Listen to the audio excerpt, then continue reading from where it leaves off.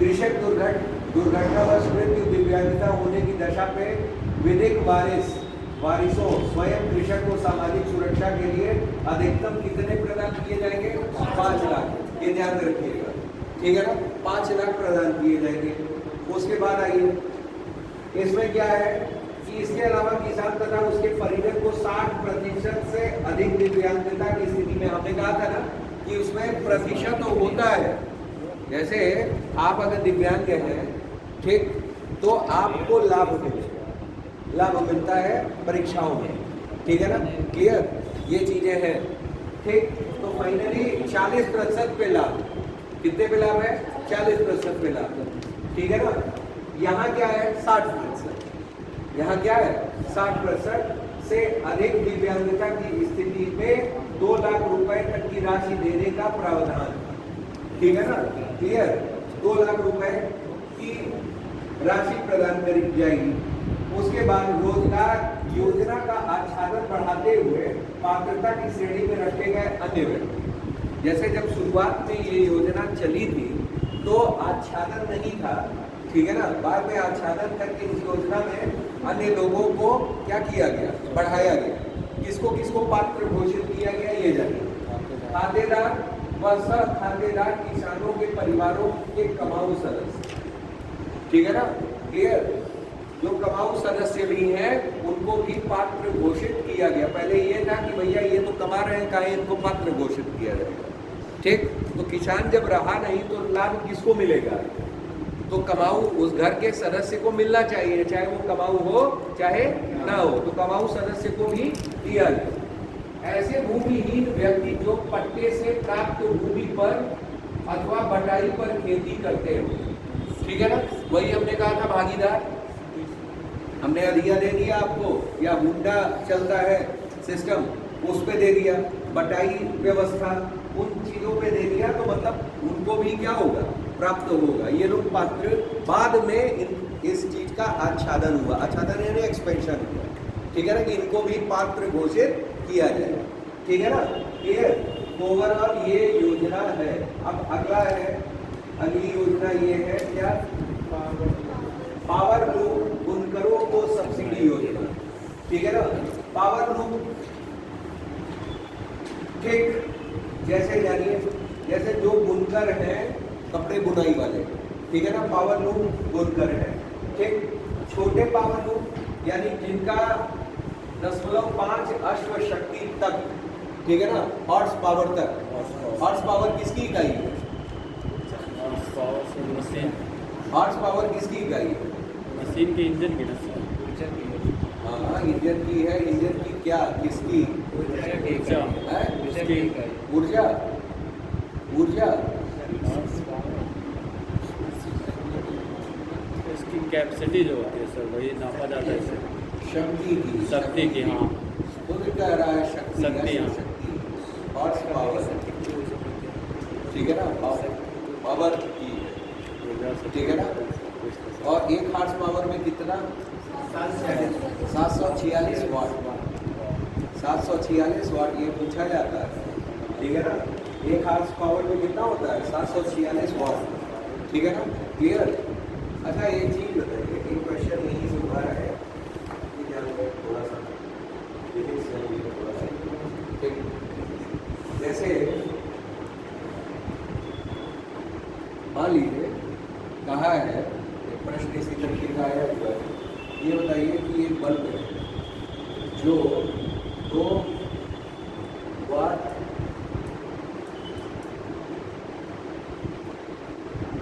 घंटा, आवर्स, ठीक है ना? 2 वाट घंटे का। ये बल्ब के किस गुण को दर्शाता है? पहला शक्ति, ऊर्जा, कार्य, संवेग।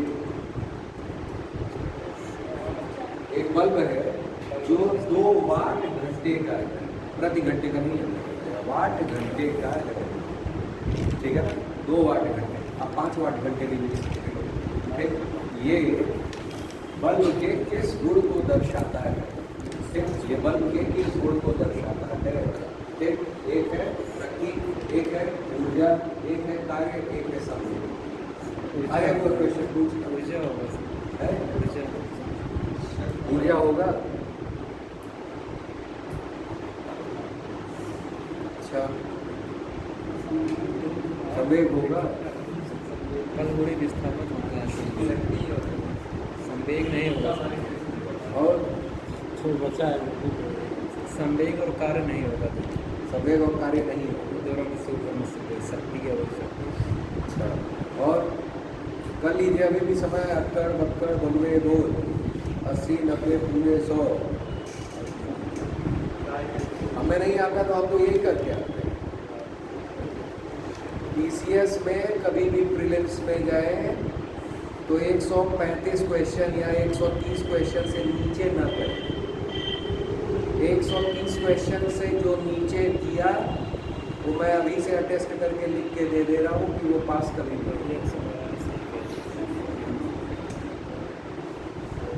ठीक है, क्लियर?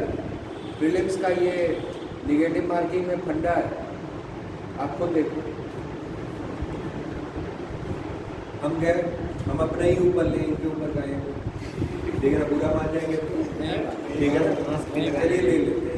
मास्क भी लगाए हैं। हाँ, ये साहब गए पेपर देते पूरे ईमानदारी से किए। माफिया जान रहे थे कि सब पीछे आ गए, बेईमानी ही बैठे हैं। ये पूरे ईमानदारी से किए और 150 प्रश्न था, इन्होंने कितना किया? 90 पूरी ईमानदारी से कर दिया। ठीक, आप कितनी भी ईमानदारी से करो, आपका कम से कम, मैं कम से कम बोल रहा हूँ, कितना गलत होगा? इतना कम से कम है, ऊपर जाए। और ये भी बोल दे रहा हूँ, कितना भी मेरिटोरियस है, ये भी है। एक दो अपवाद होते हैं, एक्सेप्शंस और ऑलवेज। ठीक है ना? क्लियर? एवरीवेयर। ठीक, 25 होता ही है, गलत होता है। अब ये इनका 25 को ईमानदारी से निकाल दीजिए। 25 जब ईमानदारी से निकाल तो कितना आया भाई? 65 आ गया। 65 तो ऐसे ही चला गया।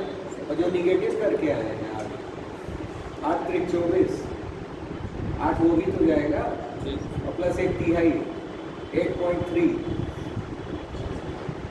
ठीक, 9 नंबर हम मान ले रहे हैं, 8 मान लें, घटाइए कितना आया?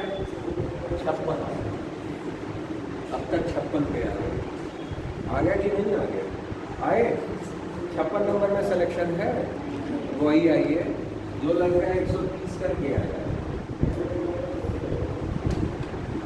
थोड़ा दिमाग से, थोड़ा इधर से, थोड़ा उधर से। ठीक, या हम ये कह रहे हैं जो 150 करके आए। इस बार के पेपर में यही होगा। ये पेपर इतना टफ हो गया कि लड़का दिमाग से ही यूज़ करे कि थोड़ा इधर से यूज़ करे, इधर उधर भी इस पे विश्वास करे कि ये तेज है कि ये तेज है, पता तो चलना नहीं है। तो फाइनली उसने किया 150 में 150, जब देखा कि 50% भी सॉल्व नहीं हो रहा है तो 150 में 150 कर दे। पास होने वाला लड़का था तो अच्छा है कि क्वेश्चन सोच सोच के ही करेगा, कुछ तो सही करेगा, ऐसा तो है नहीं। हम कह रहे हैं 25 ये कॉमन गलतियां होती हैं, उसने कितना दिया?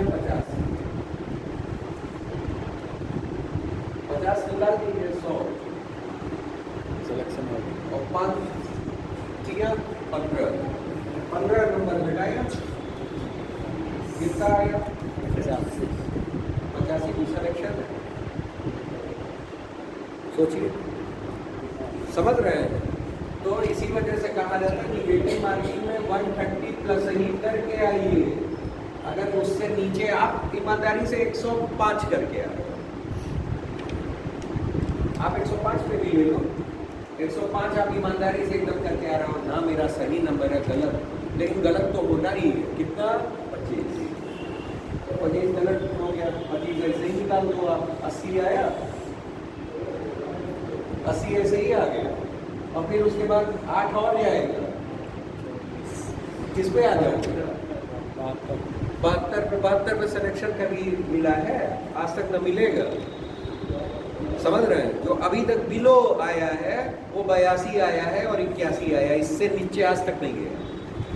सन 2020 में आया था ऐसा, कोविड के समय में, जब 11 अक्टूबर 2020 को पेपर हुआ, ठीक ऐसा ही कुछ आया। तो आप खुद समझ सकते हो कि हमेशा कितना हमको करना है प्रीलिम्स में, 130 से प्लस करना है, नहीं तो प्रीलिम्स भूल जाएंगे, कभी नहीं होगा। ठीक है ना? वो एक्सेप्शंस होते हैं कि मतलब हम 105 किए हैं तो मेरा 10 गलत है, बहुत बिरले। अमूमन स्थिति में आप 25 वो चला ही जाता रहता है, ये ध्यान रखिए। ठीक है ना? क्लियर? चलिए, तो ये पावर लूप वाला जान लीजिए कि पावर लूप वाला किसमें था, जैसे जानिए इसमें क्या था कि 0.5 अश्वशक्ति तक को प्रति मान 120 यूनिट, और बड़े पावर लूप को जो 1 अश्वशक्ति के हैं वो 240 यूनिट तक। ठीक है ना? क्लियर?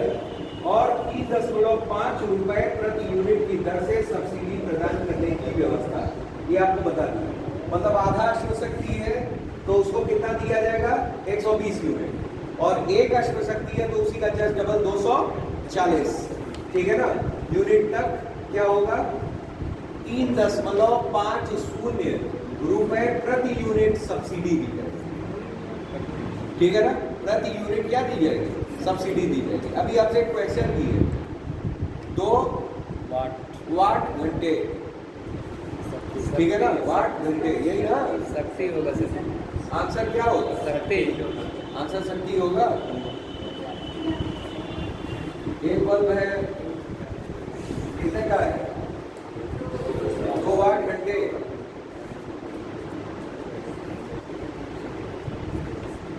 ये 2 वाट घंटे। ठीक, वाट किसकी इकाई, पावर, ये किसकी इकाई, टाइम। पावर बराबर P इक्वल टू W/T, तो P into T, P into T कौन हुआ, W यानी वर्क। ठीक, और वर्क की यूनिट क्या होती है, जूल। और जूल किसकी यूनिट होती है, ऊर्जा की।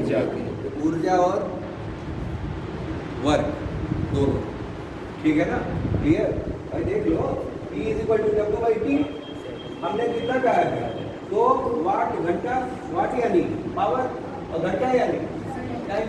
अब देख लो हुआ कि नहीं। तो ये बल्ब के ऊर्जा को दर्शा रहा है, कार्य क्षमता को दर्शा रहा है। ठीक है ना? ये शक्ति को नहीं दर्शा रहा है। अगर केवल दिया होता ये बल्ब 2 वाट का है तो शक्ति दर्शाता, पावर दर्शाता, लेकिन इसने दे दिया क्वेश्चन क्या कि ये बल्ब 2 वाट घंटे का है, तो अब कौन सा गुण हो गया, कार्य का या ऊर्जा। हुआ कि नहीं हुआ? तो ऐसे फंसाने वाले भी आते हैं, ये ध्यान में रखिएगा इन चीजों को। ठीक, चलिए आगे जाते हैं। तो ओवरऑल यहाँ यही है। अब नोट में आइए, जून 2006 में बुनकरों को फ्लैट रेट पर विद्युत आपूर्ति कराए जाने की योजना शुरू की गई थी। ठीक, ये जून 2006 में वो हुआ था, लेकिन फिलहाल में ये स्वीकृति इस योजना की जो सब्सिडी वाली है, यहाँ कौन सी योजना, सब्सिडी। ठीक है ना? अगर पूछा जाए पावर लूप बुनकर योजना तो कब, जून 2006 में। ठीक है ना? पावर लूप बुनकर योजना जून 2006। लेकिन अगर सब्सिडी की बात की जाए, तो ये सब्सिडी वाली योजना कब शुरू हुई, 3 दिसंबर 2019 उत्तर प्रदेश सरकार का। समझ में आया? नमस्ते सर। ठीक है ना? समझ में आया कि नहीं आया? आ गया, चलिए आ गया। ठीक, आगे आइए। मुख्यमंत्री प्रवासी, ये तो हो गया है ना, हो गया, ये भी हो गया। ठीक, अब इस पे आते हैं।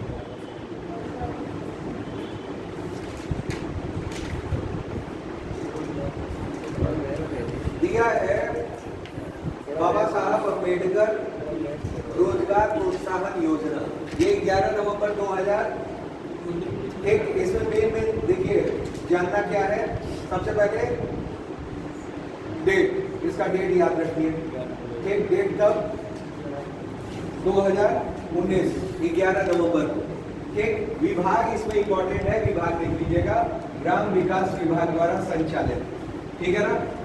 अम्बेडकर विशेष रोजगार योजना का नाम जो है वो बदल दिया गया, ठीक, उसको परिवर्तित करके बाबा साहब अम्बेडकर रोजगार प्रोत्साहन योजना ये रख दिया गया, नाम बदला गया था, ठीक है ना, और इसका नाम ये रख दिया गया। अब इसमें लाभ जान लीजिए क्या है, ठीक, आपको पूछेगा केवल और केवल क्या, डेट। जैसे होता क्या है कि आप लोगों को यहाँ टाइमलाइन वाले क्वेश्चन देते हैं और टाइमलाइन के रिगार्डिंग 4 दे दिए और आपको क्या लगाना है, लाइन से लगाना है, ठीक। तो 2-3 चीज़ों पे ध्यान दिए कीजिए जो डेटा उसमें दिए रहे, ठीक है ना। जैसे केंद्र और राज्य सरकार द्वारा है तो हमने बताया था वो 60 और जिस रेशियो में, केवल राज्य सरकार द्वारा वित्त पोषित है, केवल मृत्यु होने पे कि दिव्यांगों को भी मिलेगा, ठीक है ना। कौन कौन लाभ, ये जितने मतलब योजना के अंश होते हैं सब दे देते हैं 2-3 ऑप्शन में, और आपको पूछ देते हैं पहला सही, पहला दूसरा सही, पहला दूसरा तीसरा सही, ठीक है ना। इस तरह से प्रश्नों को मॉडिफाई करते हैं, ठीक। आगे देखिए, जिनके परिवार में समस्त स्रोतों से वार्षिक आय 2 लाख रुपए से अधिक न हो, ये ध्यान में रखिएगा, ठीक है ना। मतलब 2 लाख से कम ही हो, अधिक न। अगर 2 लाख से ऊपर हुआ तो इनको नहीं मिलेगा, ठीक है ना, इनको नहीं मिलेगा रोजगार प्रोत्साहन योजना में लाभ, ठीक। तो लाभान्वित पर्सन के लिए क्या शर्त है, 2 लाख रुपए से अधिक ना हो। फिर उसके बाद आइए ऋण अनुदान की बात कर ले, तो ऋण अनुदान में दिया हुआ है SC ST दिव्यांगों, ठीक है ना, वो प्रति इकाई लागत का 35% अनुदान, ठीक है ना, अथवा अधिकतम 70,000 रुपए जो भी कम हो, ठीक है ना, ये कम में दिया जाए। और अधिकतम जो है 25% सामान्य जाति को अधिकतम, ठीक है ना, 25% या 50,000 रुपए जो भी कम हो, इन दोनों में, ठीक है ना, क्लियर। मतलब ये सबके लिए, किसके किसके लिए, SC के लिए, ST के लिए, दिव्यांग के लिए और जनरल के लिए, सबके लिए, ठीक। इसमें क्या है कि SC ST होंगे तो उनको कितना दिया जाएगा, 35% या 70,000 रुपए जो भी अधिक हो, ठीक है ना, सॉरी मतलब जो भी कम हो, ठीक, क्लियर। मतलब एक यही मान लीजिए कि 70-35 होगा, 35% कितना हुआ, 70। जैसे उसमें था कि हमने बता दिया था कि 10 करोड़ या कितना, 10 करोड़ या आपका 25%। इसी तरीके से इसमें जो है 35% ले लीजिए या क्या ले लीजिए, ठीक, जो भी दोनों में से कम हो वही आपको दे दिया जाए, ठीक है ना, क्लियर। और यही जनरल में कितना, 25 और 50,000, ठीक है ना, की इकाई आपकी होगी, ठीक, क्लियर। उसके बाद यहाँ चीजें और जाती हैं क्या, कि ये उन्हीं को ऋण अनुदान मिलेगा जो किसी योजना, मुद्रा योजना, प्रधानमंत्री रोजगार योजना के अंतर्गत लाभार्थी न हो, मतलब उन्होंने पहले से लोन न ले रखा हो सरकार से। सरकार जहाँ जहाँ रोजगार के लिए लोन देती है, स्वरोजगार के लिए, वहां से वो लाभार्थी पहले या पूर्व में न रहे, ठीक है ना। कहाँ देगी, मुद्रा योजना में, ठीक है ना, स्वरोजगार योजना में, प्रधानमंत्री या और कोई योजना हो उसमें लाभार्थी न हो, ठीक। फिर उसके बाद पात्रता आ जाएगी 65 वर्ष या 18 वर्ष, 18 वर्ष न्यूनतम वयस्क जब आप हुए तो मतलब आप स्वरोजगार के लिए क्या हो, पात्र हो। और 65 वर्ष, रिटायरमेंट को 60 होता है, बिजनेस में क्या है 65 है, ठीक है ना, क्लियर, स्वरोजगार है यहाँ। उसके बाद उद्देश्य क्या है, ग्रामीण क्षेत्रों में नवयुवकों को उद्यमिता ठीक है ना की ओर उन्मुख करना, एंटरप्रेन्योर बनाना, ठीक है ना, क्लियर। स्थानीय संसाधनों को विकसित कर सतत रोजगार उपलब्ध कराना। ये देखिए स्थानीय संसाधन, जैसे ओडीओपी जो चल रहा है वो स्थानीय संसाधनों पर ही कार्यरत है, मानते हैं कि नहीं? ठीक, जैसे ओडीओपी में क्या है, ओडीओपी का कंसेप्ट है ये वोकल फॉर लोकल, ठीक है ना, वोकल फॉर लोकल। वोकल यानी मुखर होई, किसके लिए? लोकल, स्थानीय चीजों के लिए।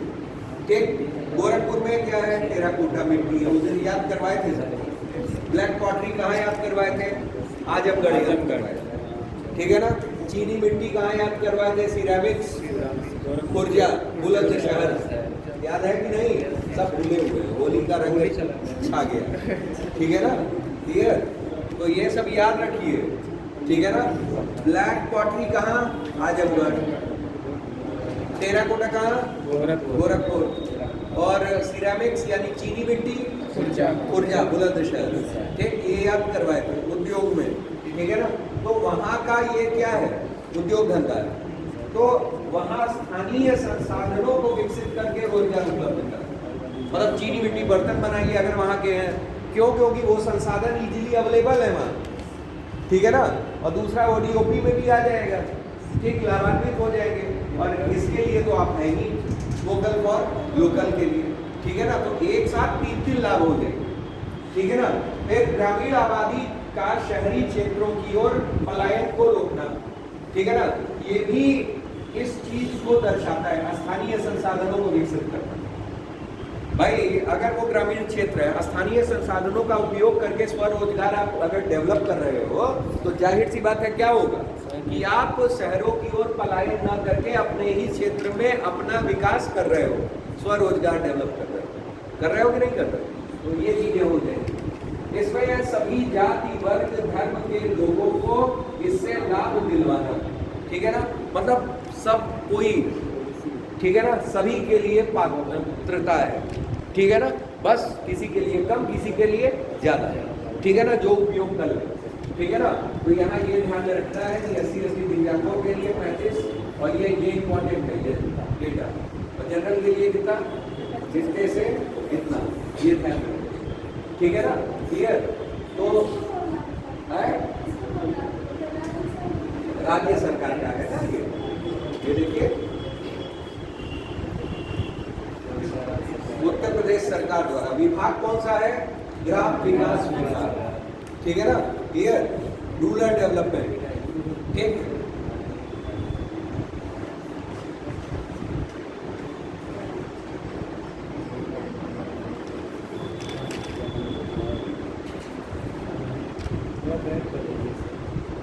हाँ भाई,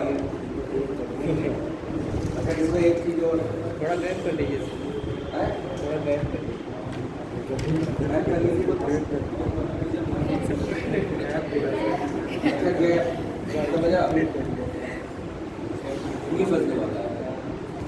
ठीक है ना, कोई योजना का इंग्लिश नाम नहीं, ठीक है ना।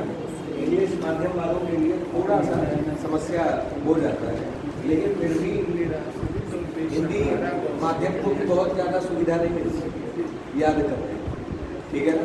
ये टफ नाम, ये सब, ठीक। मुख्यमंत्री निराश्रित बेसहारा गोवंश सहभागिता योजना, ठीक।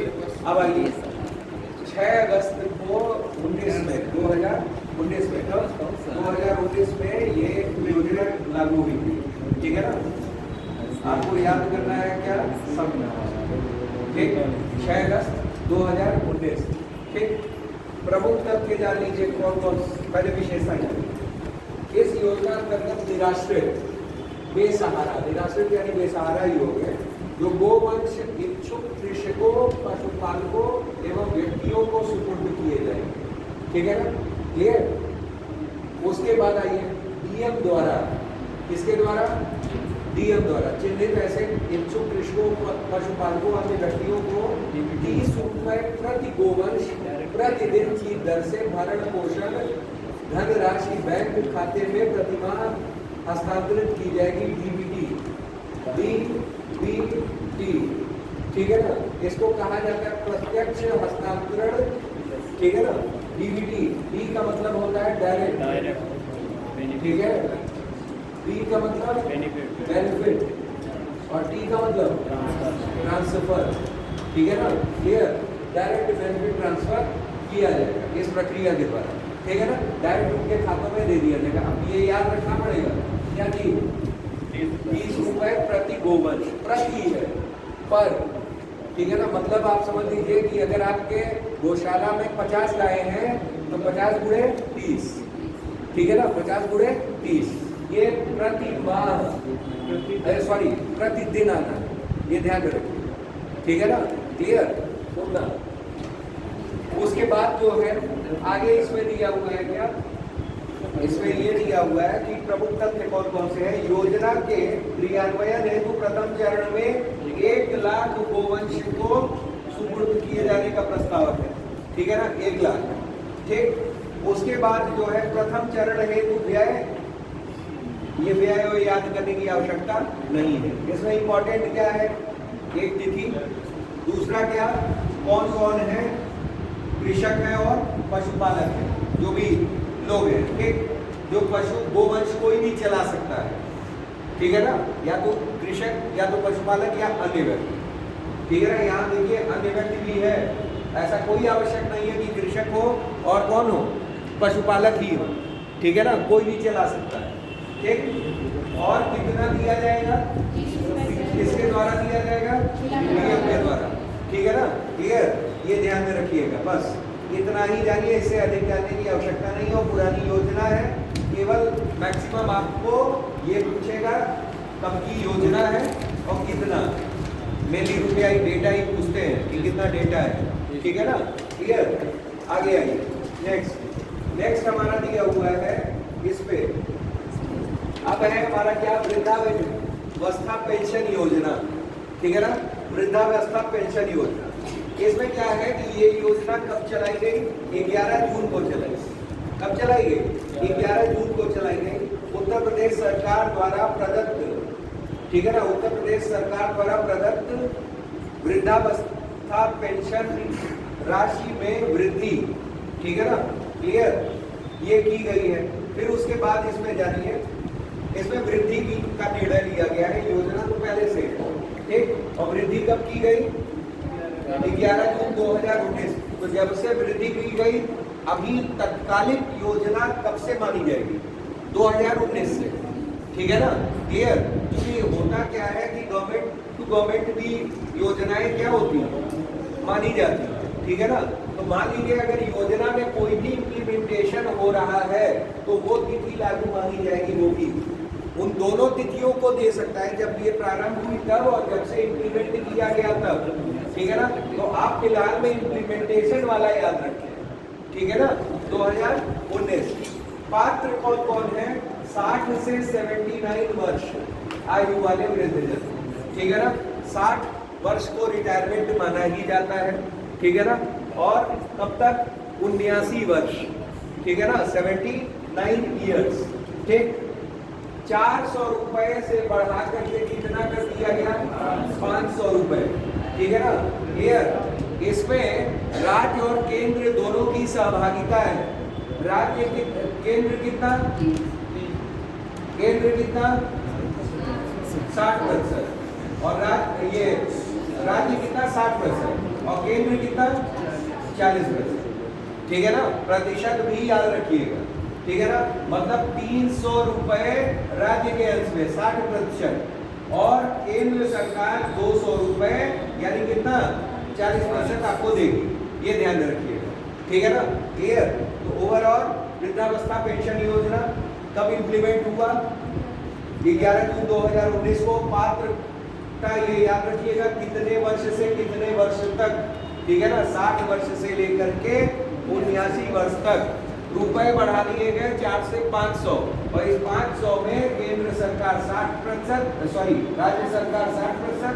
देखिएगा होता क्या है कि केंद्र सरकार का अंश ज्यादा होता है, लेकिन इसमें क्या है, ये कम है, ये ध्यान में रखिएगा, उल्टा ना हो जाए, ठीक है ना, क्लियर। जैसे हम बार बार उल्टा बोल दे रहे हैं, आप वहाँ उल्टा करके ना आ जाइए, ठीक है ना, क्लियर। तो ये चीज ध्यान में रखना है बिल्कुल कि राज्य का अंश 60%, ठीक है ना, यानी 300 रुपए, और केंद्र का 40% यानी 200 रुपए शामिल है, ठीक है ना। हो गए टोटल 500। 80 वर्ष एवं इससे अधिक आयु वर्ग के वृद्धजन को 500 रुपए की धनराशि प्रति माह 100% केंद्र अंश के पेंशन के रूप में प्रदान की जाएगी। ये ध्यान रखिएगा। मतलब व्हाट अबाउट 80 एवं, ठीक है ना, तो उसमें ये ध्यान में रखिएगा कि राज्य का कोई भी अंश नहीं रहेगा, टोटल केंद्र सरकार द्वारा दी जाएगी। टोटल किसके द्वारा दी जाएगी? केंद्र सरकार। देख लीजिए, लिख दिया है कि केंद्र अंश के रूप में पेंशन दिया जाएगा, ठीक है ना। मतलब राज्य सरकार जो योजना चला रही है वो 60 to 79 वर्ष वालों के लिए ही चला रही है, ठीक है ना। और 80 वर्ष और उनके ऊपर वालों को कौन देगा? केंद्र देगा 100% 500 रुपए, ठीक है ना, क्लियर। ये ध्यान रखिएगा, ठीक, समझ में आया। कब से प्रभावी यानी इम्प्लीमेंट हुआ? 60 से 79, ठीक। 300 केंद्र, ये राज्य, और 200 केंद्र, और 80 वर्ष के ऊपर 500 पूरा केंद्र, ठीक है ना। चलिए आगे बढ़ते हैं। नेक्स्ट दिया हुआ है कन्या सुमंगला योजना, ठीक है ना। बहुत बहुत बहुत इंपॉर्टेंट योजना थी अपने समय की, ठीक है ना, क्लियर। 25 अक्टूबर 2019 को उत्तर प्रदेश सरकार द्वारा इसका शुभारंभ किया गया, ठीक है ना, क्लियर। डेट याद रखिएगा, ठीक है ना, 2019 25 अक्टूबर, ठीक। लागू कब से हुआ? 1 अप्रैल 2019 से, ठीक है ना। शुभारंभ देखिए लेट में हुआ है, लेकिन लागू प्रभाव पहले से कर दिया गया, ठीक है ना, क्लियर। 1 अप्रैल 2019 से 6 श्रेणियों में ये दिया जाएगा। कितनी श्रेणियों में बांटा गया है? 6 श्रेणियों में। इसमें आपको याद क्या क्या करना है ये जानिए। सबसे पहले कब से लागू हुआ? ये शुभारंभ हुआ 19 से, और लागू कब से हुआ? 1 अप्रैल 19 से, ठीक। सबसे बड़ी चीज ये है कि कितने श्रेणियों में? 6 श्रेणियों। संचालन कौन कर रहा है? महिला कल्याण विभाग द्वारा हो रहा है, ठीक है ना। महिला कल्याण विभाग द्वारा हो रहा है कन्या सुमंगला योजना। अब आइए लाभ के बारे में पहले जान लेते हैं। लाभ क्या है? किसी परिवार की अधिकतम 2 बच्चियों को, ठीक है ना, मतलब किसी परिवार में अधिकतम कितने बच्चियों को ये लाभ प्राप्त होगा? 2 बच्चियों, ठीक है ना, क्लियर। किसी महिला को यदि पहले प्रसव से बालिका व दूसरे प्रसव से जुड़वा बालिकाएं हो तो तीनों को लाभ देने का प्रावधान है। भाई जुड़वा बच्चे हो रहे हैं, ये महिला के हाथ में नहीं है, ठीक है ना, क्लियर। 2 से ज्यादा ना हो ये महिला के हाथ में है, तो इसी वजह से ये प्रावधान कर दिया गया कि पहली बार अगर मान लीजिए कि बालक या ये बालिका हो रही है, दूसरी बार डबल बालिका हो जाए, ठीक है ना, तो 3 तो होंगे ही होंगे, ठीक। ऐसा तो होगा नहीं कि उसका लाभ ना दिया जाए, तो उस स्थिति में तीनों को लाभ देने का प्रावधान है। समझ में आया, ठीक। अदरवाइज डबल तो मिल ही रहा है, ठीक है ना, क्लियर। हाँ, लेकिन यहाँ प्रश्न ये हो जाता है कि पहली बार ही 2 है, तो वहां क्या हो जाएगा? दोनों को दिया जाएगा, तीसरे को लाभ नहीं दिया जाएगा। ये ध्यान रखिएगा, ठीक है ना, क्लियर। आगे यदि किसी परिवार द्वारा अनाथ बालिका गोद ली गई तो परिवार की जैविक संतानों और विधिक रूप से गोद ली गई संतानों को शामिल करते हुए अधिकतम बालिकाएं 2 ही लाभान्वित होंगी। ये भी यहाँ कंडीशन, टर्म एंड कंडीशंस लागू हैं, ये ध्यान में रखिएगा। क्या मतलब? जैसे हमारे यहाँ क्या है, एक जैविक संतान है। जैविक संतान यानी माता पिता से उत्पन्न संतान जैविक संतान, ठीक है ना। दूसरी संतान हमने क्या कर लिया? गोद ले लिया। वो संतान क्या होगी? विधिक संतान। भाई अगर आप गोद लोगे तो विधिक कार्यवाही करनी पड़ेगी कि नहीं करनी पड़ेगी? करनी पड़ेगी, ठीक है ना। तो वो कैसी संतान? विधिक संतान। तो विधिक संतान हो गई, तो मतलब ये हमारा क्या हो गया? 2, लेकिन ऐसी कंडीशन आ जाए कि आपके 2 जैविक संतान और एक आपने विधिक ले लिया, तो चॉइस आपकी होनी चाहिए कि किन्हीं 2 को मिलेगा तो केवल किसको? 2 को। लेकिन उस कंडीशन में जहां ये वाला था कि पहले प्रसव में पहला और दूसरे प्रसव में जुड़वा हो जाए, तो उस जगह तीनों को लाभ दिया जाए, वो इनके बस में नहीं था। ठीक है ना? क्लियर? कुछ जानबूझ के तो है नहीं यहाँ, ठीक, लेकिन यहाँ जानबूझ करके आप लाभ देने की कोशिश करेंगे। इस वजह से ऐसी स्थिति में भी अधिकतम क्या होगा? 2 ही होंगे। समझ में आया? ठीक, ये जानिए। आगे आइए। अब क्या है? जन्म से लेकर वित्तीय सहायता क्या क्या दी जाएगी, ये जानिए। जन्म से लेकर बेटी के स्नातक शिक्षा पूरी होने तक 6 चरणों में ठीक 15,000 रुपए प्रदेश सरकार द्वारा देने का प्रावधान। ठीक है ना? क्लियर? अब समझिए, 6 चरणों में 15,000 रुपए सरकार देगी। ठीक, जन्म से लेकर के बेटी के स्नातक होने तक। ठीक है ना? क्लियर? लाभार्थी की पारिवारिक वार्षिक अधिकतम आय कितनी होनी चाहिए? 3 लाख रुपए। 3 लाख से ऊपर ना हो। 3 लाख रुपए तक है तो लाभ प्राप्त कर सकता है, अदरवाइज लाभ नहीं मिलेगा। अब आप सोचिए खुद कि 6 चरण में जन्म से लेकर के बेटी के स्नातक तक केवल 15,000 रुपए, ठीक है ना, मिलने हैं, और वो भी कै चरण में?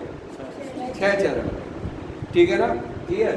ये प्राप्त होंगे 6 चरणों में 15,000 रुपए प्रदेश सरकार द्वारा देने का प्रावधान है, ये ध्यान रखिएगा। तो ये इंपॉर्टेंट है।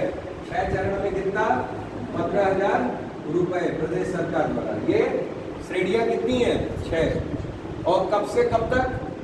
जन्म से स्नातक तक। जन्म से स्नातक तक। यही क्या है? सुमंगला योजना, कन्या सुमंगला योजना। समझ में आया? ये याद करने की आवश्यकता नहीं है कि राज्य सरकार द्वारा इतना बजट इतना दिया गया था। ये पुराना न्यूज़ हो गया। ठीक है ना? पुराना न्यूज़ हो गया, लेकिन ये चीज़ ठीक आपको याद करनी है, ये ध्यान रखना। ठीक है ना? ये आपसे पूछा नहीं जाएगा। ठीक है ना? क्लियर? मान लीजिए बाल कल्याण से पूछा जा रहा है या कन्या कल्याण या महिला कल्याण से रिलेटेड, तो उसमें ये आप डाल सकते हैं। ठीक है ना? क्लियर? चलिए आगे आइए। नेक्स्ट हमारा दिया हुआ है मुख्यमंत्री सुपोषण घर योजना। मुख्यमंत्री सुपोषण घर योजना, इस पे आइए। इसमें दिया गया है 20 नवंबर 2018 को उत्तर प्रदेश सरकार द्वारा 10 जिलों में ये चलाया गया। ब्लॉक स्तर पर, किस स्तर पे चलाया गया? ब्लॉक स्तर पे ये चलाया गया, तो ये ध्यान रखिएगा। किस स्तर पर? ब्लॉक स्तर पर चलाया गया।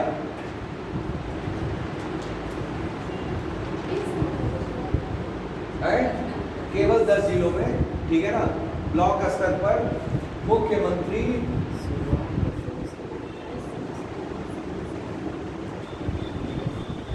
ठीक, क्लियर? बहुत इंपॉर्टेंट है, नहीं है वैसे। स्वास्थ्य विभाग के सहयोग से ठीक सुपोषण घर योजना है।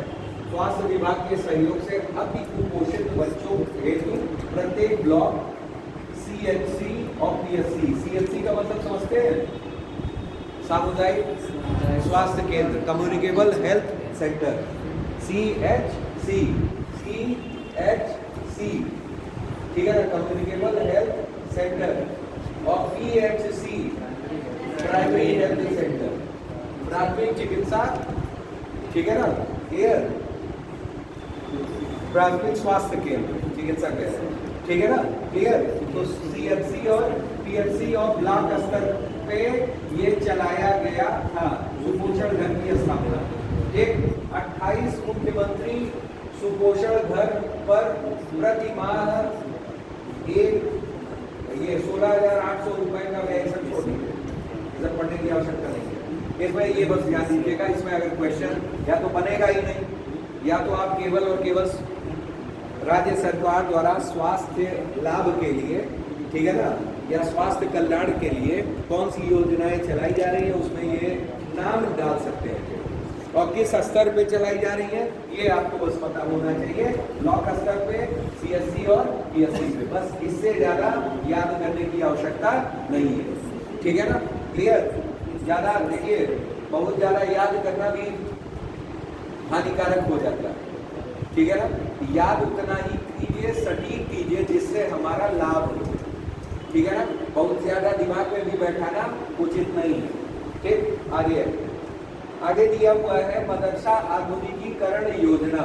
11 नवंबर 2019 को उत्तर प्रदेश सरकार ने इस योजना को भारत सरकार द्वारा निर्गत दिशा निर्देशों के अनुसार नवीनतम नाम scheme for providing education in madrasa, ठीक है ना, ये ध्यान में रखिएगा, के अंतर्गत प्रदेश में आच्छादित मदरसों को केंद्रांश 60% और 40% कौन?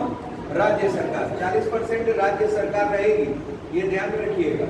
ठीक है ना, वर्तमान में प्रदेश में मदरसा आधुनिकीकरण योजना अंतर्गत 75-78 मदरसे आच्छादित हैं। ये इंपॉर्टेंट है, ये ध्यान में रखिएगा। ठीक है ना, क्लियर? जैसे क्या क्या है, सबसे पहले कब? 11 नवंबर को। ठीक है ना, आपसे ये पूछ देगा कि उत्तर प्रदेश में, जैसे आपकी का पेपर उठा करके देखिए, कई योजनाएं मतलब पिछले 2 बार के पेपर में इसी तरीके की पूछी जा रही है।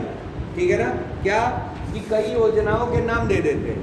2-3 विगत प्रश्न पत्रों को उठा करके देखिए। एक सबसे जो टफ काम शुरू किया था इन्होंने पिछले RO से शुरू किया था। ये जो RO हुआ था इससे पहले वाला भी बड़ा टफ आया था, उसमें भी योजना ऐसे ऐसे दिए थे जो कभी नहीं सुना गया। ठीक है ना, अब उन चीज़ों को खोज रहे हैं। जब जान रहे हैं कि लड़के अब पढ़ने वाले हो गए हैं तो क्या इधर उधर से योजनाएं पिक एंड चूज कर रहे हैं और डाल दे रहे हैं, और टाइम लाइन में डाल दे रहे हैं कि लगाओ कौन पहले कौन बाद में। ठीक है ना, अब लड़का पढ़ा रहा है फिर भी क्या हो रहा है, गलत हो रहा है। तो क्वेश्चन पेपर्स आजकल बहुत टफ बन रहे हैं। अब क्या देंगे, इस तरीके से दे देंगे। SPEM योजना, कौन योजना? SPEM योजना उत्तर प्रदेश में। ठीक, अब आपको फुल फॉर्म याद होना चाहिए। ठीक है ना, जैसे ODOP योजना, ODOP जो है, ODOP क्या है? One district one product. ठीक, क्लियर? तो ODOP याद हो गया। उसी तरह से अगर ये दे दे SPEM, तो SPEM का मतलब क्या हो गया?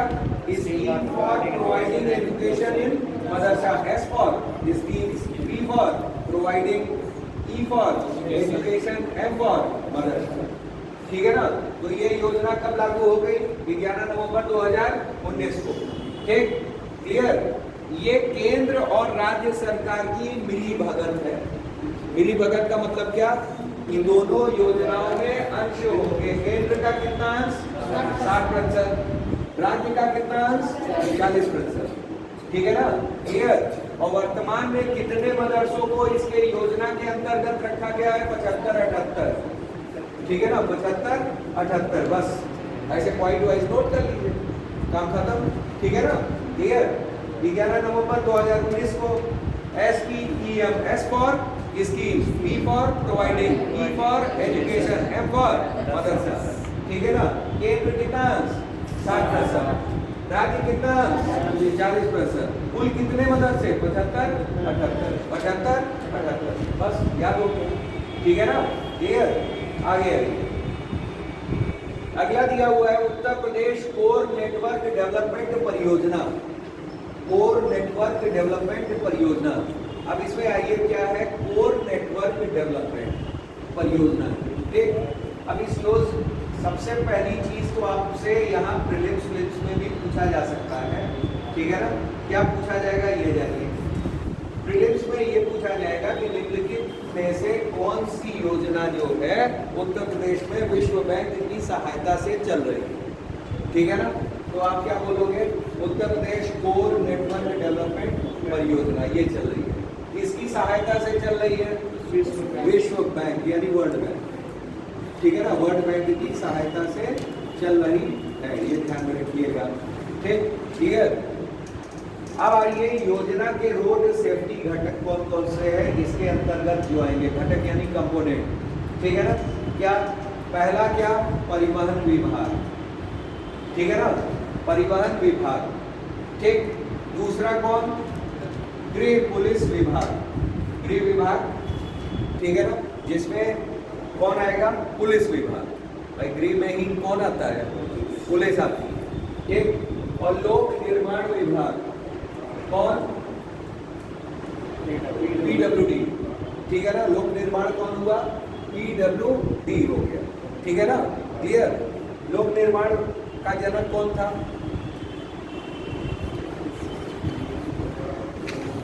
कौन गवर्नर जनरल था जो लोक निर्माण विभाग की स्थापना करवाया था, इतिहास पढ़ने वालों,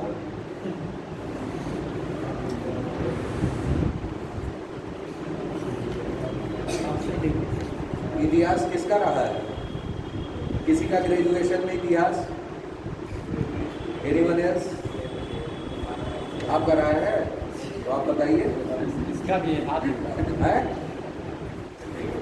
कौन गवर्नर जनरल था जो लोक निर्माण विभाग की स्थापना किया था, है? नाम सुना है,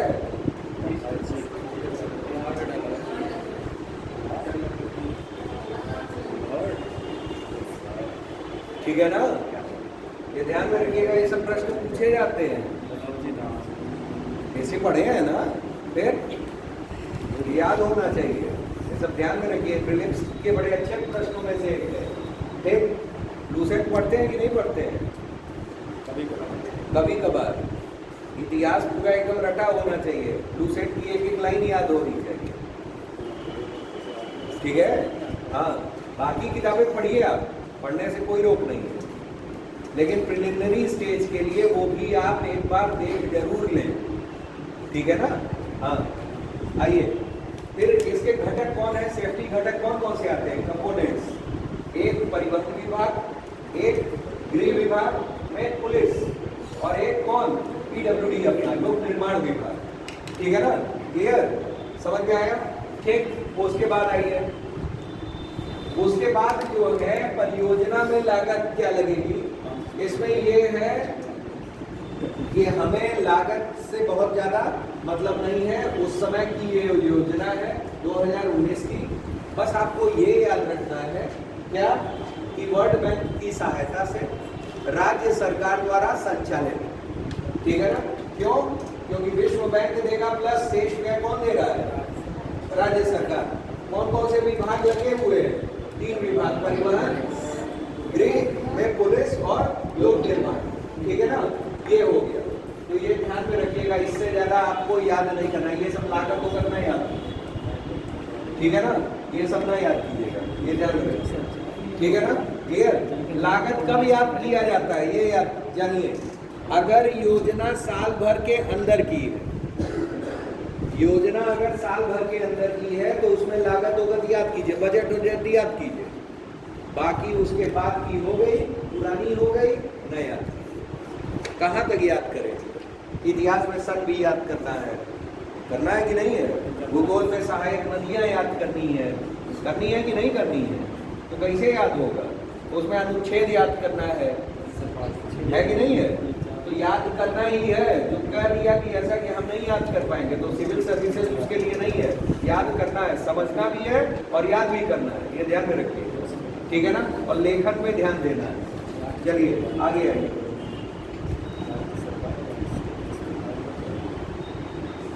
ये हो गया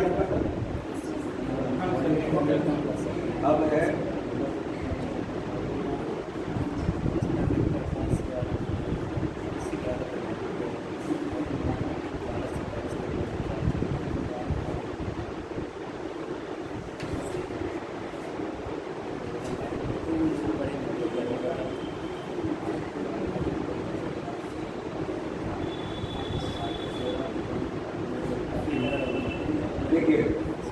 मुख्यमंत्री समग्र ग्राम विकास योजना, ठीक है ना, मुख्यमंत्री समग्र ग्राम विकास योजना, नाम ही बड़ा टफ है, ये याद रखिएगा, समग्र ग्राम, समग्र का मतलब पूरा, ठीक है ना, ग्राम विकास योजना।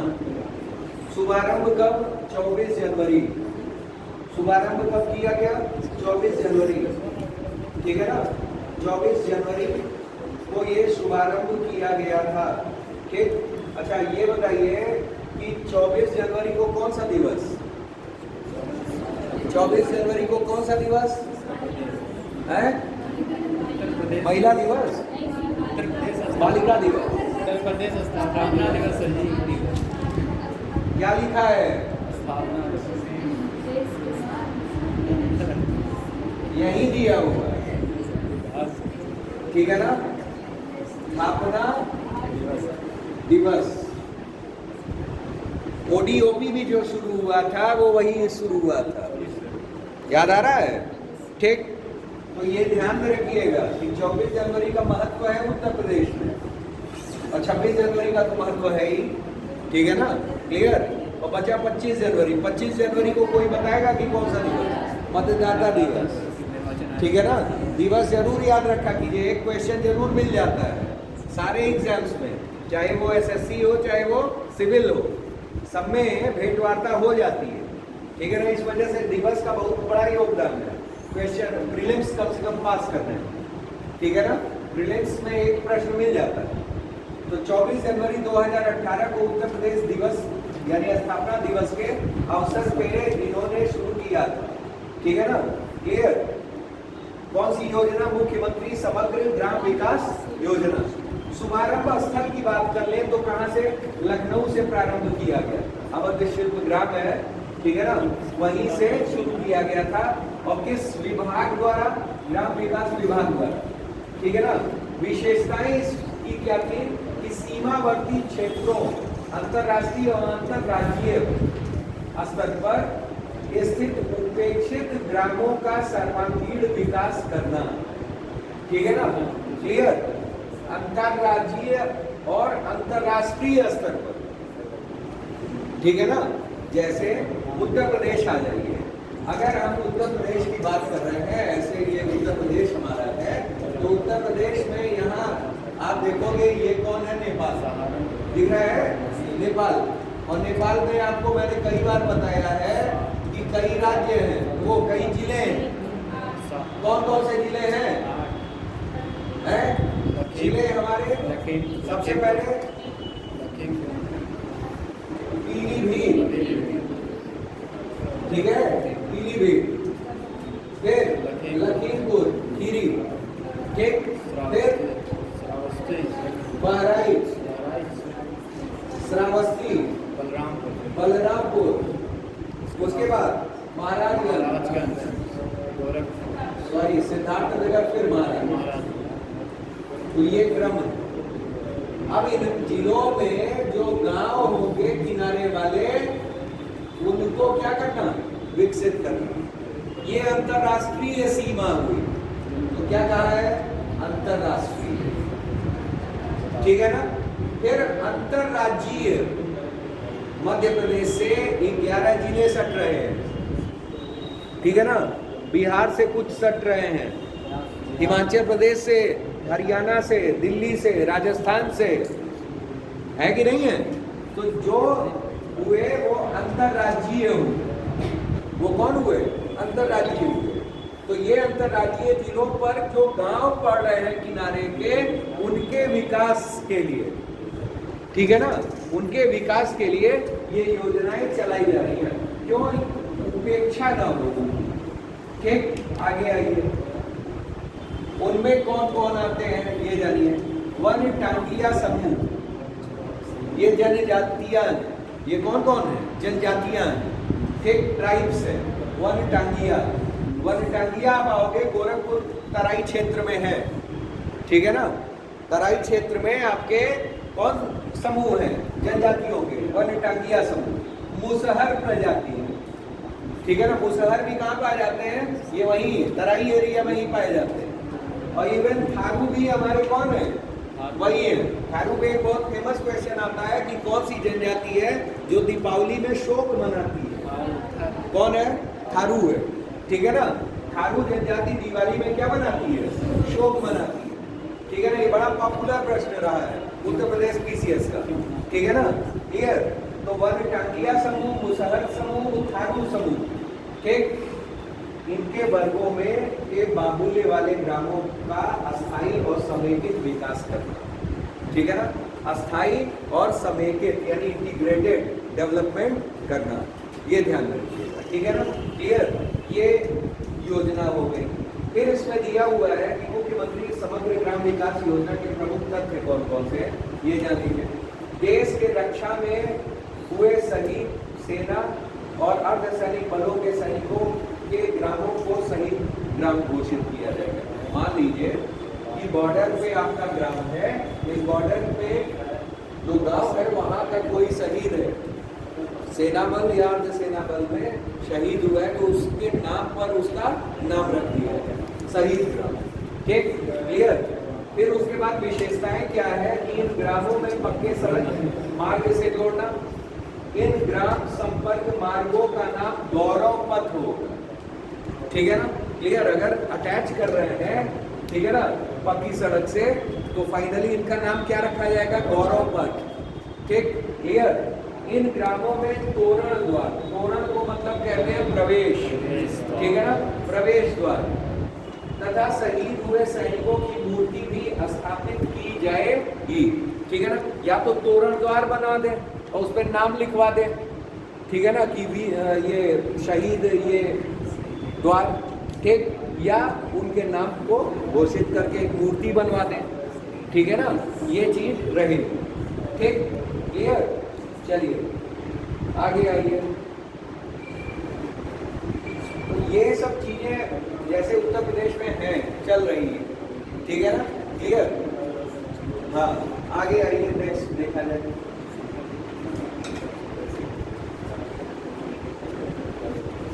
ये छोड़ दीजिए, जनपद प्रभावी,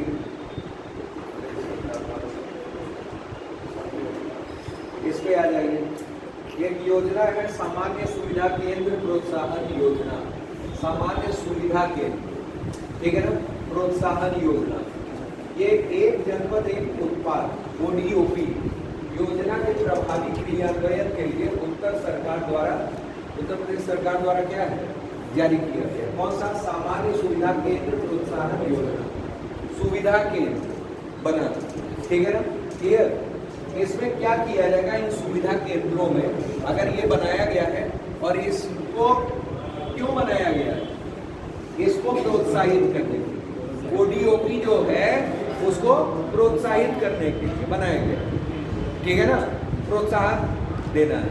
अब जानिए कैसे कैसे प्रोत्साहन दिया जाएगा। और सुविधा केंद्र अगर है तो इस सुविधा केंद्र पे क्या क्या होगा।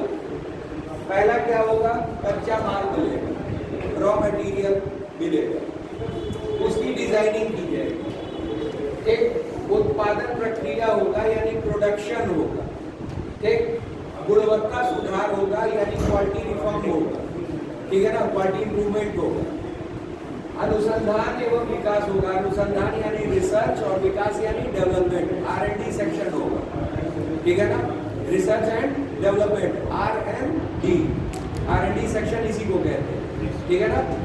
और पर्यावरण, पर्यावरण से आज जानते हैं क्या हो गया है कि जैसे मान लीजिए कोई इंडस्ट्री लगाई तो आपको देना पड़ रहा है, टैक्स देना पड़ रहा है 2%, ठीक है ना, क्लियर, 2% टैक्स वो करना पड़ता है, ठीक है ना। तो ये पर्यावरण से रिलेटेड हो जाता है, किससे रिलेटेड हो जाता है, पर्यावरण से रिलेटेड हो जाता है, ये ध्यान में रखिएगा, ठीक है ना, क्लियर। हाँ, तो वही चीज है, उसको कहते हैं कारपोरेट, CSC कारपोरेट स्टेट, ऐसे कुछ है, हमें याद नहीं आ रहा है, देखिए C फॉर कारपोरेट और E टैक्स होता है, कुछ हमें याद नहीं क्लियर आ रहा है, हम बताते हैं। एक तो वो पर्यावरण पे ही होता है, जैसे जानते हैं वो टैक्स क्यों होता है, कौन सा है, ग्रीन टैक्स करने के लिए, हरित ग्रीन टैक्स, हरित टैक्स से नुकसान को भरपाई करने के लिए, नहीं लिखे गवर्नमेंट से green tax, corporate tax, government से रिलेटेड कॉर्पोरेट टैक्स। ये देखिए हरित कर सर, हाँ? हरित कर कहना। हाँ।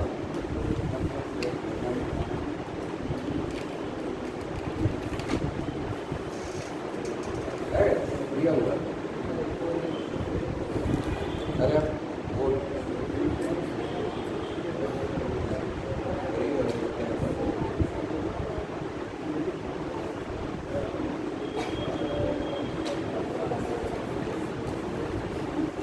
चलिए वो हम बता देंगे आपको, ठीक है ना, बता देंगे।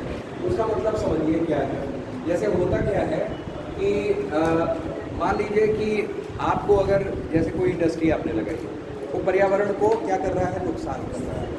आपको अपने लाभांश का 2%, ठीक है ना, लाभांश का 2%, ठीक है ना, वो क्या करना रहता है, टैक्स दे देता है, ठीक है ना, क्लियर। तो किसके नाम पर, इन्वायरमेंट के, जो आपने क्या किया है, ये जो 2% रहता है या उससे ऊपर की भी चीज़ें कर सकते हैं, या टैक्स आप किसी दूसरे रूप में करवा सकते हैं। जैसे हॉस्पिटल खुलवा सकती है आपने, या आपने क्या कर दिया, कोई मान लीजिए उस तरह का पर्यावरण से संबंधित रिलेटेड कुछ कर दिया, ठीक है ना, स्कूल खुलवा दिया, ठीक। तो इस तरह से आप क्या कर सकते हैं, सरकार की हेल्प कर सकते हैं टैक्स दे करके, ठीक है ना। हाँ, उसको कहते हैं CSR, कॉर्पोरेट सोशल रिस्पॉन्सिबिलिटी। उसको कहते हैं CSR, कॉर्पोरेट सोशल रिस्पॉन्सिबिलिटी, ठीक है ना, कॉर्पोरेट सोशल रिस्पॉन्सिबिलिटी, ठीक है ना। ये कॉर्पोरेट सामाजिक उत्तरदायित्व होता है, ठीक है ना, क्लियर। कि आपने इंडस्ट्री खोली, कोई भी इंडस्ट्री खोली, उसमें आप क्या कर रहे हो, पर्यावरण को थोड़ा सा भी अगर वो नुकसान हो रही है तो सरकार आप पे एक टैक्स वो करेगी, क्या, CSC के थ्रू आप क्या करोगे उसमें, मतलब आप विद्यालय वो कर सकते हो, हॉस्पिटल खुलवा सकते हो या समथिंग, ठीक। उस रूप में 2% से ऊपर आप क्या करते हो, अनुदान देते हो, ठीक, क्लियर, यही चीज। तो ये क्या हो गया, पर्यावरण से रिलेटेड। तो ओवरऑल ये जो सुविधा केंद्र बनाया गया है, ये ODOP में आवश्यक हर चीज, जो भी ODOP में हम प्रोडक्ट लॉन्च कर रहे हैं, उनमें किन किन चीजों की आवश्यकता है, किन किन चीजों की आवश्यकता है, पहले कच्चे माल की, रॉ मटेरियल की, डिजाइनिंग, ठीक, how to design. Light cut गया क्या, चलेगा कि नहीं चलेगा, चलेगा। फिर आपको उत्पादन प्रक्रिया करनी है, प्रोडक्शन कैसे हो रहा है, हाउ टू प्रोड्यूस। फिर गुणवत्ता सुधार, ठीक है ना, क्वालिटी इंप्रूवमेंट करना है, क्वालिटी रिफॉर्म करना है, अनुसंधान विकास, R&D, रिसर्च एंड डेवलपमेंट, फिर आपका पर्यावरण, एनवायरमेंट, ठीक, क्लियर। तो मतलब अगर मान लीजिए कोई वो कर रहा है तो उस जगह CSR भी आपको क्या करना पड़ेगा, वो है, ठीक है ना, कॉर्पोरेट सोशल रिस्पॉन्सिबिलिटी, ठीक, उस जगह आ जाता है। तो पर्यावरण से रिलेटेड वो आ जाता है, ठीक।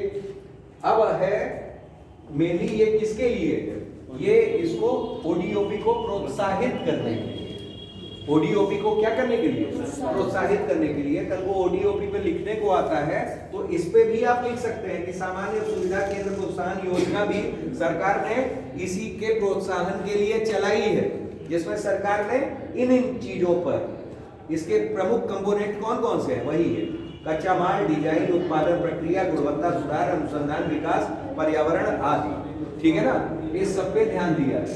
सामान्य सुविधा केंद्रों की स्थापना और संचालन और देखभाल करने के लिए स्पेशल पर्पज व्हीकल का क्रियान्वित की जाएगी। स्पेशल पर्पज व्हीकल मतलब एक किसी खास पर्पज के लिए, मतलब हम लोग एक चैनल्स का प्रयोग करेंगे, उसी को हम लोग क्या कहते हैं, SPV कहते हैं, स्पेशल पर्पज व्हीकल्स कहते हैं, ठीक है ना, क्लियर।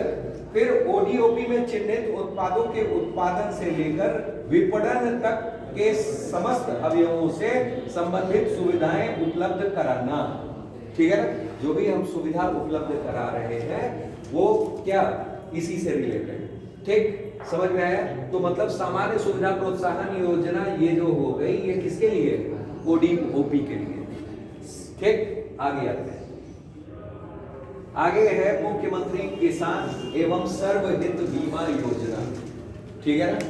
मुख्यमंत्री किसान एवं सर्वहित बीमा योजना, इसमें आइए, इसमें क्या है, इसका उद्देश्य दिया है राज्य के किसानों और कमजोर वर्ग के लोगों को राज्य सरकार द्वारा वित्तीय और सामाजिक सुरक्षा उपलब्ध कराना, ठीक है ना। क्लियर, मतलब अगर पूछा जाए निम्नलिखित में से, देखिए बीमा योजना और पेंशन योजना, ठीक है ना।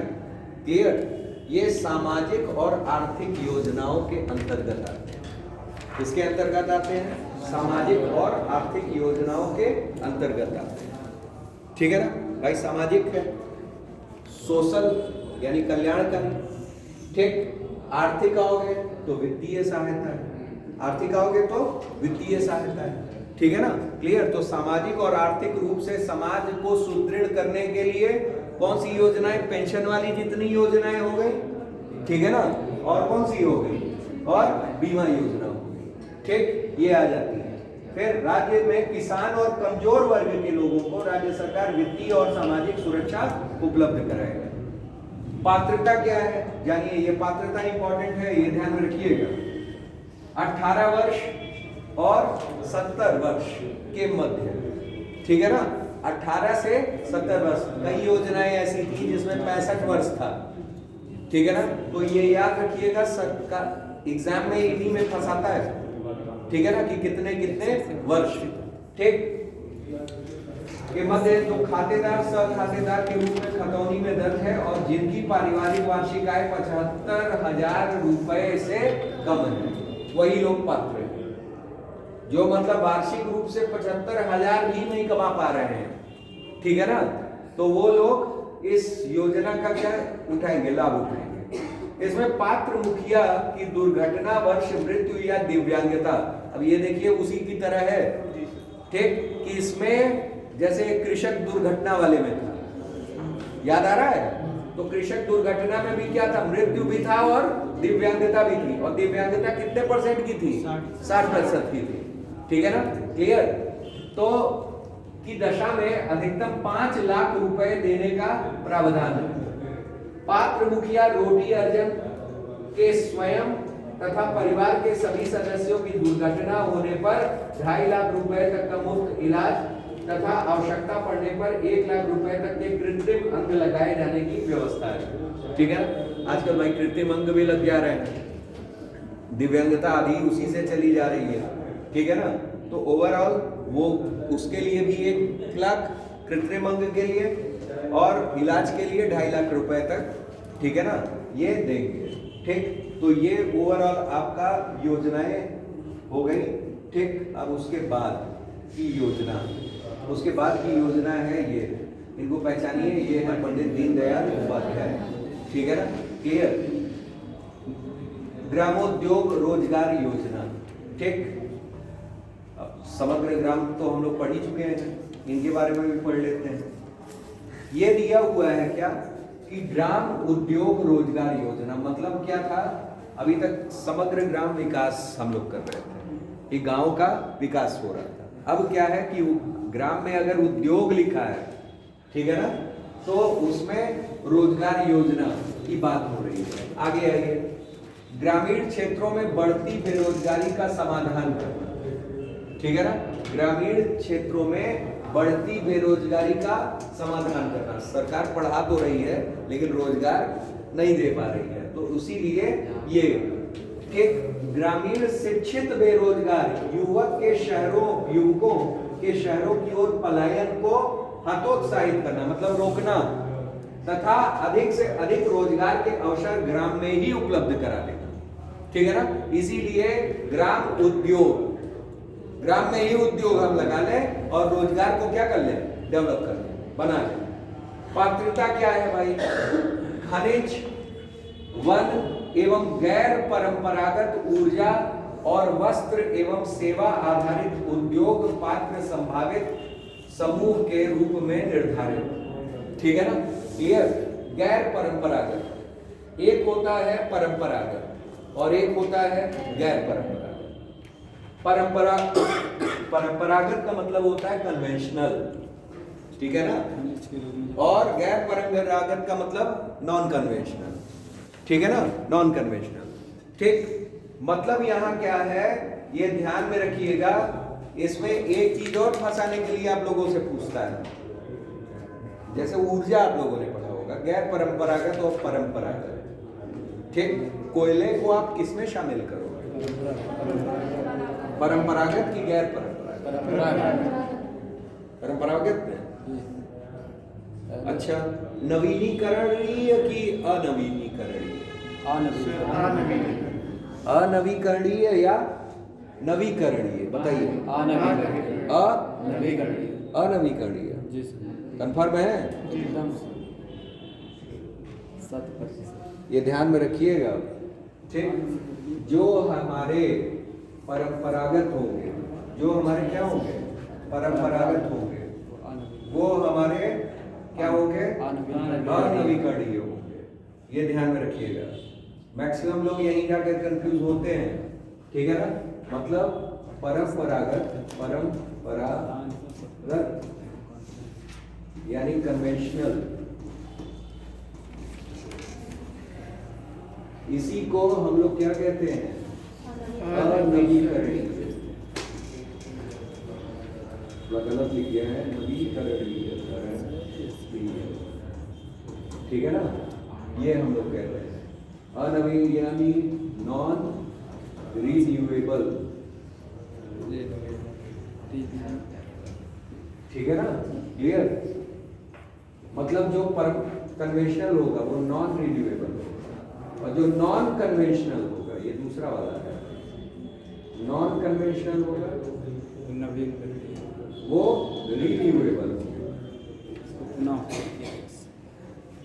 ये ध्यान रखिएगा, लोग कंफ्यूज इसी में कर जाते हैं, ठीक है ना। रिन्यूएबल, और यही हमारा रिन्यूएबल वाला क्या हो जाता है, सोलर एनर्जी से रिलेटेड, ठीक है ना, क्लियर। अक्षय ऊर्जा सुने हैं ना, वो आ जाता है अक्षय, जिसे रिन्यू किया जा सकता है। और इसमें मेनली आपके कौन आते हैं, फॉसिल्स, फॉसिल एनर्जी, ये ध्यान रखिएगा। जीवाश्म, ठीक है ना, क्लियर। तो ये चीजें हैं कुछ खास जो हमेशा फंसाती हैं, नहीं समझ में आता क्या करें, भूल गए क्या हो गया, ठीक है ना। तो इन चीजों को याद रखिएगा, ठीक। हाँ, चलिए आगे आ जाते हैं। ठीक, आगे हमारा दिया हुआ है, ठीक, क्या है कि इसमें ग्रामीण क्षेत्रों में बढ़ती बेरोजगारी, रोजगार के अवसर ग्राम में ही उपलब्ध कराना, ठीक।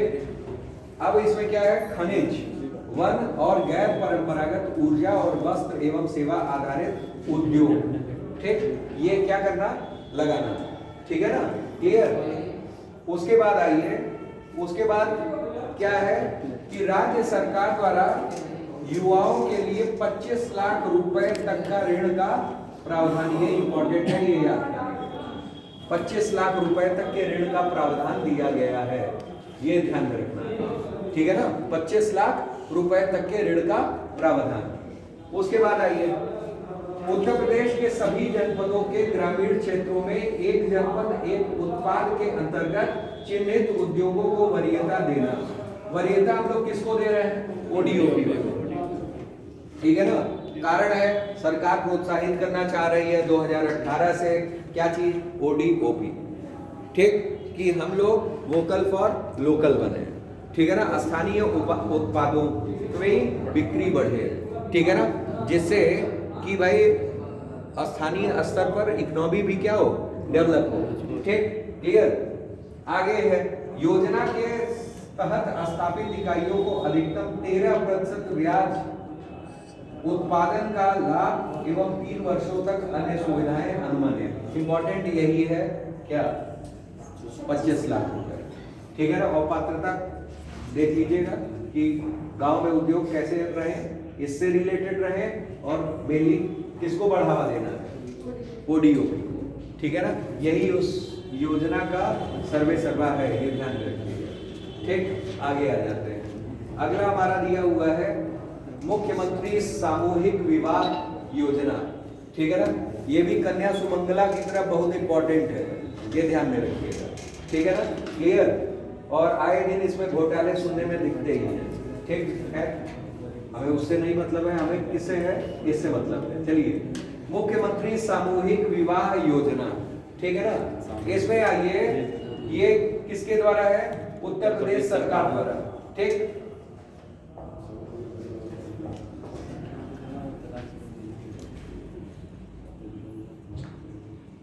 सही है ना।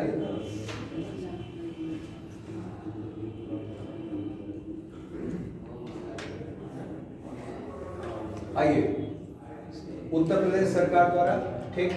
किसको आवश्यकता है, गरीबी रेखा से नीचे जीवन यापन करने वाले सभी वर्ग, ये ध्यान में रखिएगा। कौन है, सभी वर्ग पात्र, ठीक है ना। कोई भी ऐसा नहीं है जो पात्र ना हो, बस पात्रता इसमें क्या है, बीपीएल। बीपीएल यानी बिलो पॉवर्टी लाइन, गरीबी रेखा से नीचे, ठीक। कौन, सभी वर्ग की कन्याओं के विवाह है, ठीक। कौन विभाग संचालित कर रहा है, समाज कल्याण विभाग, ठीक है ना। कौन विभाग संचालित कर रहा है, समाज कल्याण विभाग, ठीक। पात्र कौन है, विशेषताएं देख लीजिए। पात्र कन्या के अभिभावक उत्तर प्रदेश के मूल निवासी हो, डोमिसाइल हो यहाँ का, ये ध्यान में रखिएगा, ठीक है ना। ये नहीं कि हम राजस्थान से हैं और आकर के लाभ यहाँ ले रहे हैं, ऐसा नहीं है। डोमिसाइल हमारा यहीं का होना चाहिए, मूल निवासी हम लोग होने चाहिए, और उनकी पारिवारिक आय गरीबी रेखा से क्या हो, नीचे हो, बिलो पॉवर्टी लाइन हो, बीपीएल हो, ठीक। आगे आइए, प्रमुख तथ्य की बात कर लें तो विधवा और तलाकशुदा महिलाएं भी इस योजना में शामिल हो सकती हैं, ठीक है ना, क्लियर। अब ये ध्यान में रखिएगा कि इम्तिहान में ऐसे ही फंसाने के लिए प्रश्न आ जाते हैं। केवल कन्याएं, ठीक, अविवाहित, दूसरा विधवा, तीसरा तलाकशुदा, ठीक। तीनों पात्र है कि केवल एक पात्र, दो पात्र, ऐसे ऐसे करके प्रश्न फंसाते हैं, ठीक है ना। तो हर ओर से प्रिपेयर रहिए कि अविवाहित कन्याएं, विधवा और तलाकशुदा महिलाएं भी क्या है, पात्र है। धनराशि देख लीजिए कि प्रति जोड़े पर सरकार द्वारा कितना दिया जाएगा, 51,000 रुपए का व्यय किया जाएगा, ठीक है ना, क्लियर। 51,000 रुपए का व्यय किया जाएगा। और कोविड वाले में वो जो चला था, वो उसमें कितना किया जा रहा था, 1,11,000, 1,01,000, ठीक है ना। और इसमें कितना, इसमें आपका 51 है, ठीक है ना, क्लियर। लड़की अगर यूपी को, लड़का बाहर को होता है, लड़की यूपी को, लड़का बाहर दूसरे स्टेट का हो, दूसरे देश का हो, नहीं तो चलेगा, ऐसा नहीं है। आप भाई, ये लाभ किसके लिए, कन्याओं के लिए, ठीक है ना, बाहर का, हाँ, पुत्रों के लिए नहीं है, ठीक है ना, बालकों के लिए नहीं है, केवल कन्याओं के लिए है, ठीक। इसमें पात्र कन्या के अभिभावक, कहीं लिखा है पात्र वर्ग, लड़का बाहर, वर्ग, लड़का बाहर का हो, अंदर का हो, कहीं का, ठीक है ना, लेकिन कन्या यही की होती है, ठीक। और कैसी, बीपीएल। अब ये भी नहीं है कि लड़का कैसा भी हो, ठीक है ना, लड़का करोड़पति भी हो सकता है और रोडपति भी हो सकता है, ठीक है ना, हाँ, सब चलेगा, ठीक। आइए, तो कितना आपको याद केवल और केवल ये करना है, इतना दिमाग नहीं लगाना है, ठीक है ना, हाँ, क्या 51,000 आपको चाहिए, क्या चाहिए इसके रूप में, हाँ, है। आने वाले सरकार ने योजनाएं ऐसी कर दी हैं कि दहेज लेना आपको मिल ही नहीं रहा है, ठीक है ना। और बालकों का विवाह होना क्या हो गया है, बहुत दुर्लभ हो गया है। हाँ, अब जब तक बालक लोग पढ़ेंगे नहीं, ठीक है ना, बच्चियों का हो जा रहा है, बालकों का नहीं हो रहा, बड़ा दुर्लभ हो गया है, ठीक है ना। तो 51,000 रुपए जो है, ठीक है ना, ये बहुत अच्छी राशि है। चलिए आइए देखिए, आयोजन कहाँ होगा, आयोजन देखिए, नगरीय निकाय, नगरीय निकाय, नगरीय निकाय में कौन आते हैं? नगर पंचायत, नगर पालिका परिषद और नगर निगम। उत्तर प्रदेश में कितने नगर निगम?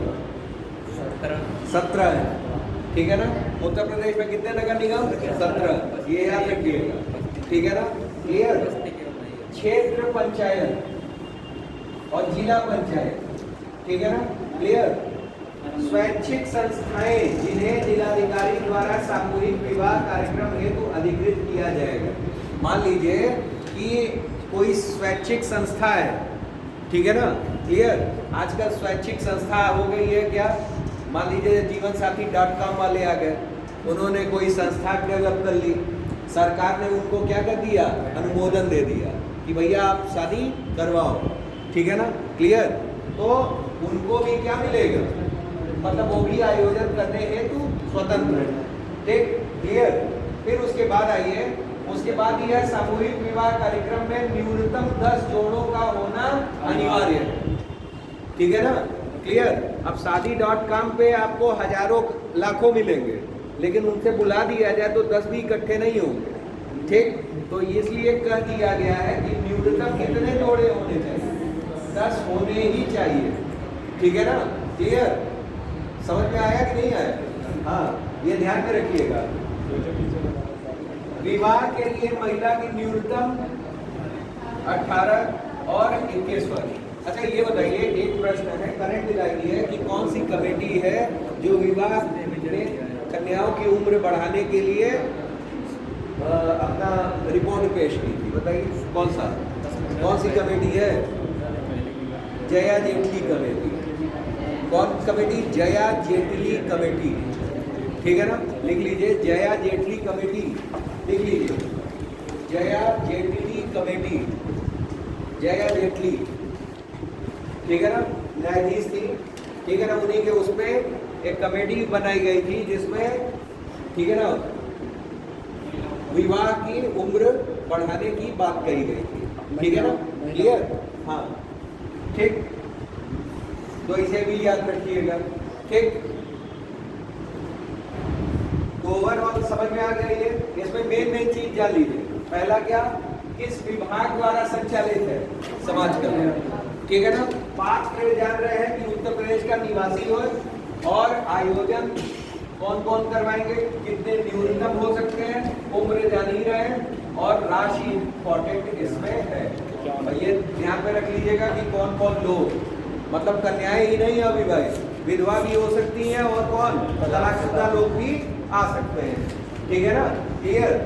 हाँ, चलिए, अधिकतम कुछ नहीं है इसी वजह से, ठीक है ना, न्यूनतम ही है। चलिए आगे देखते हैं। कितना बजा? वैसा है, अब एक से ही शुरू करते हैं। वो व्हाट्सएप वाला कहाँ से?